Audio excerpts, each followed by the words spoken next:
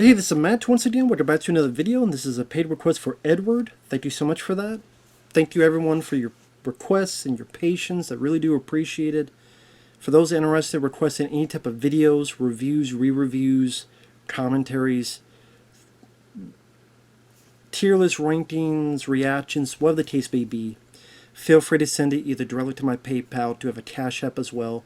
Links are down below in the info box, and I will get to it as soon as I possibly can.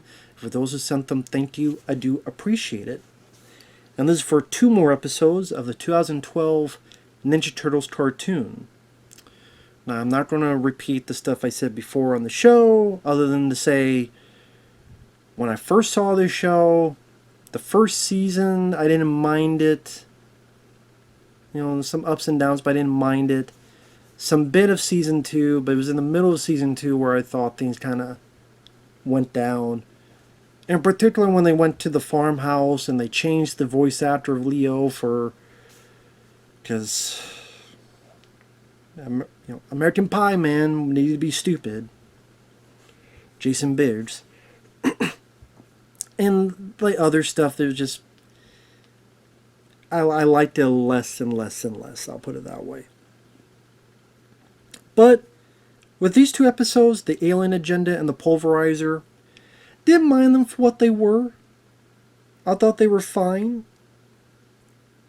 The Alien Agenda, this felt more kind of like a filler episode. Is really just to have a bit more of the Leo Karai kind of back and forth. And by the end, Leo decides, kind of realizes he better not trust Karai, but you tell he still has the hots for her. And it definitely showcased a bit more of Karai, voiced by Kelly Hu, which I thought she did a good job voicing the character. I don't mind this version of Karai. And then Kelly Hu, I thought, brought a playful aura to her. Leonardo, I've said before, I do like the way Jason Biggs voices and plays the character, because this Leo still keeps the leader status, but is also a bit more playful and a bit more less the strict leader code, and has a little bit more room to wiggle to show off her personality. So even though he's the leader, he sees that Karai's watching them while they're fighting these robots, the aliens and the robots called the Crane. And he's showing off. He's like, "I'll save you, Raph." He's like, "What are you doing?" "I'll save you, Mikey." "Oh, thanks. Wait a minute, I didn't need saving." Just to show off for Karai. I thought that was kind of cute and kind of fun for Leonardo. And then Jason Biggs, I think, plays the character fairly well. I do think he was a good voice for him. Later on, Seth Green, he fucking sucked. I like Seth Green, but he sucked as Leo. They should have either cast someone else or give Jason Biggs some kind of, like, give him a punishment. Like, we want you for the show, but you gotta take some kind of punishment. I don't know what that would be, but I don't know. Even if it's like, okay, give more of the story to Raphael or Raph and Donnie or something. And let Leo a little bit on the back. Like, you could be on the show, but you won't be in it as much as, usual. Like something like it, maybe. I don't know.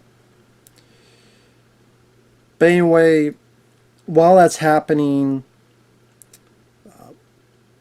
this bad guy named Sever, who's been turned to a fish, Baxter Stopman has... Because if you do watch this in order, there are things that are reflected from episodes before. So, for example, the reason Baxter Stopman's there is because of episodes in the past where Stopman was led to the Foot Clan. The reason Zever is there and the reason he's turned to a fish is because of things that happened before. So there's continuity in the show, which is appreciated. I know that may seem typical, but it wasn't always typical back in the day of the cartoons of yesteryear. one of the few times Raphael actually isn't a dumbass.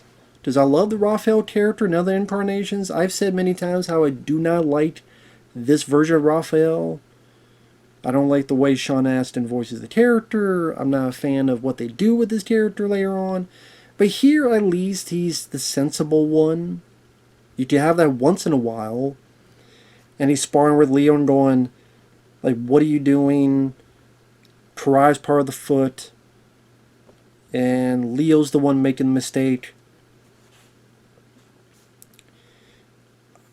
There's some funny bits in the episode. April is doing some DNA for her school, and Mighty doesn't understand DNA, and Donnie's explaining it, then explains it again, then goes, why am I still talking to you? And Mighty's like, I don't know. I thought you learn by now. So on the one hand, they are making Mighty more and more dumb, more and more stupid. Some may say naive. So it depends how you feel about the Mighty character, if that will bother you or not. They do create some funny moments, but then there are times they made him seem a bit too stupid. And again, if you're a big Mighty fan, that might rub you the wrong way, which I did, because Mighty's my second favorite after Raphael. I do like the bit with Leo where he spars with Karai again. And Karai says, you're stupid and adorable, but very stupid. And Leo stops and goes, wait, you think I'm adorable? I thought that was kind of funny. And the chunk of the episode is that April goes to the school, and there's a teacher there who's acting weird. She gets attacked, calls for help.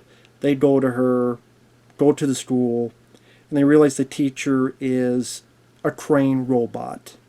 It's a robot without the alien in it. And they fight the thing. You know, not a long fight. It's alright. You know, they get their moments. Raph stops the projectiles. Donnie and Leo cut the arms off, and then Mighty uses the water to short circuit it. So they'll all have something to do. At least they all had some part of the fight. And none of them were useless. Then they realize whatever this thing works for is collecting DNA. They find it's the crane, and they don't know why they're collecting all the DNA. Karai gets there. Raph finds her. And you have a bit of Raph versus Karai. They go a little bit back and forth. Leo stops them. Karai does something like the pain in the ass she does. The crane get there. Touches some buttons she's not supposed to. Leo accidentally sets the alarm. And because the buttons Karai pushed, this octopus monster comes out. Beats the other turtles except Leo. Leo goes, it's my fault. Able to use his swords to shot the monster. Although it looks like the monster just got away anyway. And I'm surprised, like, you shot them, but you didn't get electrocuted yourself. I guess that's just how cartoon logic works. And pretty much Leo spills the beans. Splinter, like I said, Splinter, I don't like this version of Splinter. He just seems like an abusive dickhead at times. It's one of the many things I don't like about the show. He's just an abusive dick. Like Leo goes, I'm glad you're not mad, and Splinter's like, who says I'm not mad? And takes his cane and fucking slams onto Leo's foot. And Leo's like, ow! I'm like, you know, this is kind of like father abuse, you know what I mean? Like, the Splinter in the 2003 cartoon, I don't remember doing much of that shit, let alone the 80s cartoon. Like, in the 1990, the worst he'll do is give me some flips, like the end of Secret of the Ooze. But this one just, he's bigger, he's taller, he's wider, while the turtles are much smaller, and he's just abusive, like, physically, like, either doing this, and doing with their arms, and it's like fucking Steven Seagal when he's dealing with stunt doubles. Not doubles. Stunt men. Or probably stunt doubles too, but stunt men. Like all the stories you hear about Steven Seagal worked with stunt men, that's what Splinter does with these turtles, who's supposed to be his kids. Fucking abusive.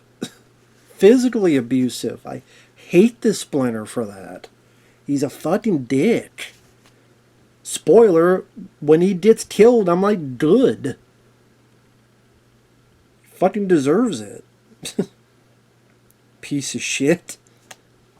Anyway. Interesting that Raph says, well, I kind of get why, Leo, you were into her. She was hot in an evil kind of way. Which, I mean, it's always weird to hear the turtles refer to someone as hot, but, I don't know why, because, I mean, it's been done multiple times and multiple mediums. It's just still always weird to hear. But, I mean, I like the moments with Leo. I like Kelly Hugh as Karai and Jason Biggs as Leo. It's a good showing for the two of them. There's a couple funny, cute moments and lines, like the ones I mentioned before. Raph, isn't a complete dunce, dumbass, useless, waste of space like a lot of times he is in these episodes. Which I know is not fair, because there are times where he'll fight and do something, but that's a whole other conversation that just take too long to explain. In the grand scheme of things of the show, I'll put it in that way. But, it still felt like filler. But, it was okay. I didn't hate it or anything. It was serviceable. There was some fun to be had. The Pulverizer, I probably liked it a bit less, but it was still watchable. I would say the Alien Agenda I liked a bit more. Here you get introduced to the Shell Razor, which is the vehicle that you go through the sewer tunnels, and then you get out onto the street, and wheels get put onto it, and they can drive around. The turtle van, so to speak. The idea could be like a little, to be on the subway tracks, could go on both. Always makes you wonder how the hell Donnie builds all this shit by himself, including this door that opens up like Batman, but, just you wonder, how did Batman do it too? Does if he gets people, contractors, are they sworn to secrecy? I want you to build this thing to open up this side of the mountain or whatever. Don't tell anybody. Just I'm Batman. I'll get you. But, you either go with it or you don't. I don't mind the line where Raph says, have I told you, Donnie, how awesome you are? No? Well, I'm seriously considering it. I thought that was kind of a funny line. And I do like in this episode, there are times they act like brothers. So they, Raph, Mighty, and Leo fight over who's going to be the driver. And it's kind of this thing where kind of pushing each other. And then Donnie goes, Leo's going to be the driver, and Mighty and Raph go, why? Because he's more than likely not going to hit something on purpose. That's fair. So there's moments like that are fun to remind the audience that they are still brothers at the end of the day. They don't want to mess around with each other like brothers do. And there's still, a way to remind the audience they're still young folks, teens. So when Leo's driving around corners, the other three are on, and they're having fun with the turns and enjoying it like a amusement park ride. Not too goofy and silly, but enough to remind, okay, they're still young. There's still some fun to be had. So while they're taking it for a test drive, they see these goons, the Purple Dragons, this gang. And one thing leads to another. They see this guy with a turtle costume, just a mask and like a green bodysuit and like a fake shell. And they wonder, is this guy a vigilante? But then he gets his ass kicked and they have to go help him out. He screws things up,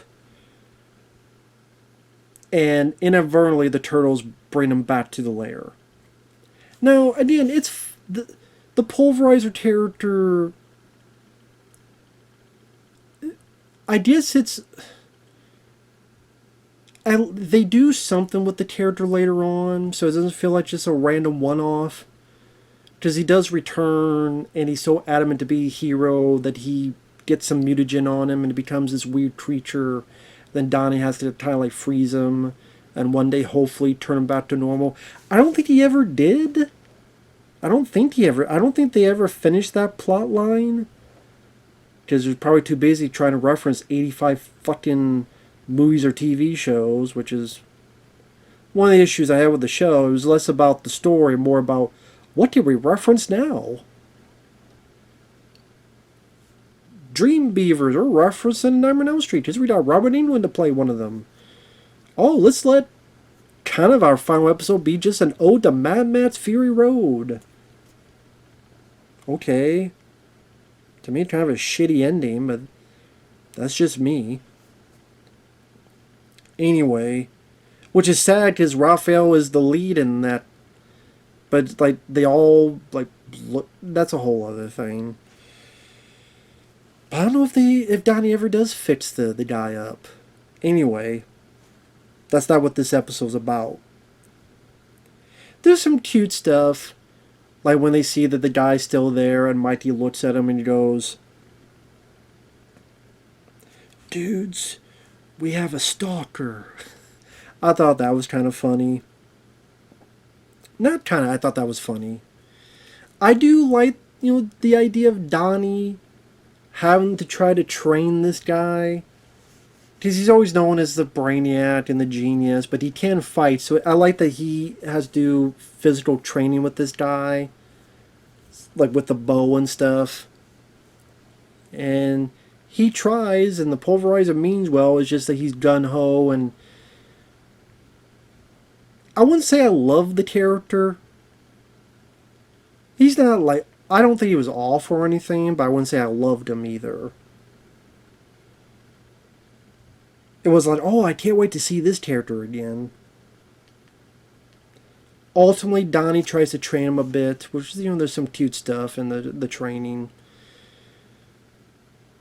And one thing leads to another. Raph, Leo, and Mighty, they're trying to get this thing from the bad guys.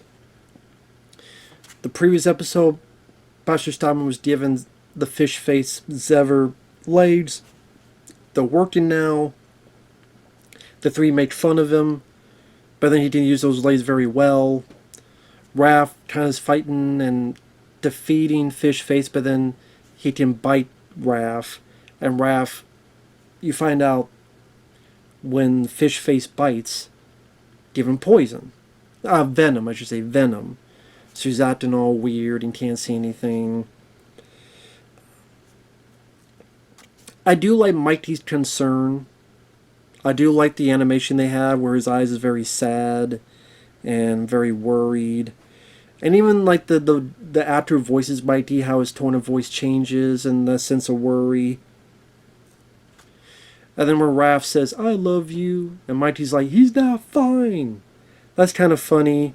I did chuckle at that.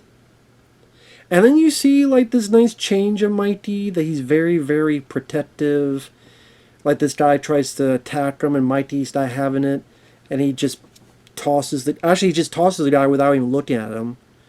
And then these other two try to attack him and Mighty has this angry look on his face. And I like that. It's the baby brother is protective of his big brother, protective of one of his brothers who's hurt, who can't defend himself. So it's not joking, it's not snide remarks, it's not goofing off. He means business. I like that. I wish that it would have done more of that throughout the show. I really do. But they don't. They really don't. And I think that would have been nice to see. Even when he calls Donnie and Donnie's like talking with him and he goes, "Well, actually that's not poison, that's venom." And Mikey goes, "Oh yeah, that's really nice to hear. Get over here." I mean, what are you, Scorpion? But yeah, Mikey's bad. Mikey's pissed. And I like that because it shows a different side to the character who's not just a dumb idiot or goofball or stupid. He's very concerned and protective, and being a Raphael fan, I like that he's very concerned and protective of Raph. Just my favorite duo in the universe is Raph and Mighty, especially the 2003 cartoon, but also in some bits they had in this cartoon, especially like the first season or so. And then I think they kind of lose that later on. And it's weird, like they never did like a Raph and Mighty episode where it's centered on those two. Like none of the shows really did it. I was always confused by that because even the 2003 cartoon, the closest you got was like during the future, the fast forward, where they like deal with like a superhero cape. I'm like, okay, well, it's cool that they finally have an episode together, but is this really the story to pick? The 2012 cartoon, there was like none. I don't even think in the Rise of the TMNT there's any. I'm like, well, what's the deal? Like, they seem like a natural fit. Make an episode with the two of them where they depend on each other, and there's good aspects of both, and Mikey thinks Raph is too this, and Raph thinks Mikey is too this, and they realize they complement each other very well, and they depend on each other, and they care for each other, and they're a great team for each other. This seems like there's a world of possibilities. I can't be the only one that thinks that, but maybe I am, because apparently none of these writers for these fucking shows can make one fucking episode with the two of them together, or again, 2003 had like one. But you know what I mean. But anyway, I like that. That's probably my favorite aspect of this episode. Donnie and the Pulverizer guy, they get in the van. They go off. He doesn't want to jump it. Donnie's adamant. They jump. They crash through the wall. Donnie gets the antidote for Raph.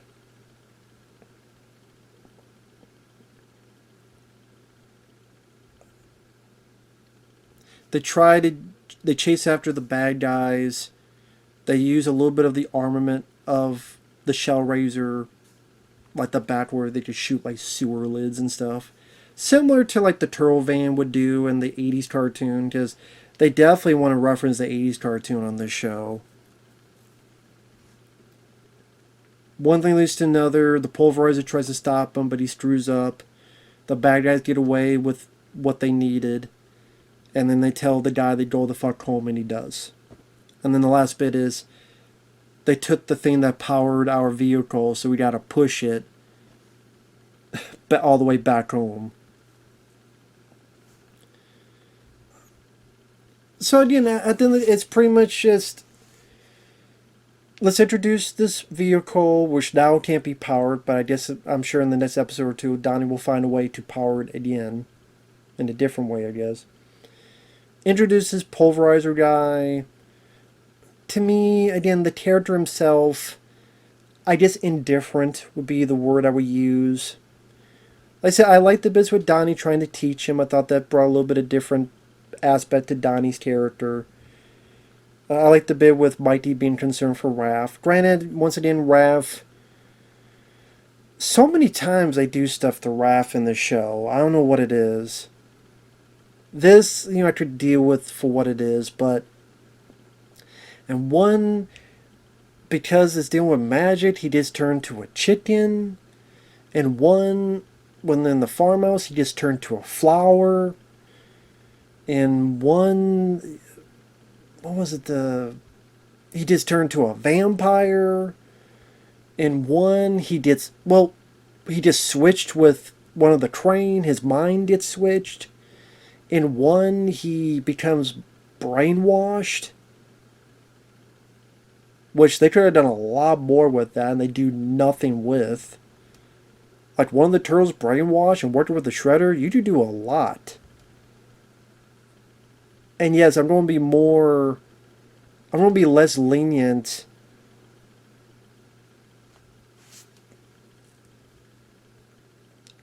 The more time goes on, I think the less lenient we should be on shows, because we've seen what's been done in the past, and you can do more.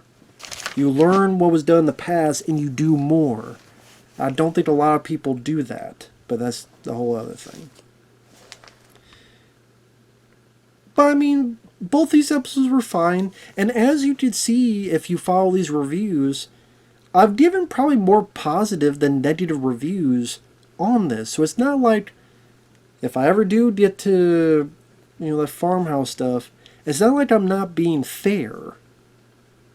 I'm being pretty fair, and it's just, I think they started off decently well, but I do think they got worse as it went on, and that's just me. I don't like the way they use some of the characters.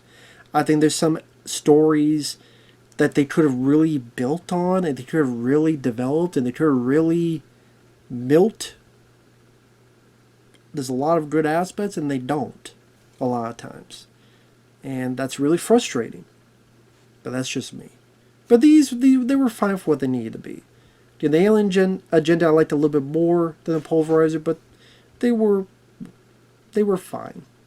Overall, I liked them. So take that for what you will. With that said, thanks for watching, take care, and we'll see you guys later. Bye-bye for now.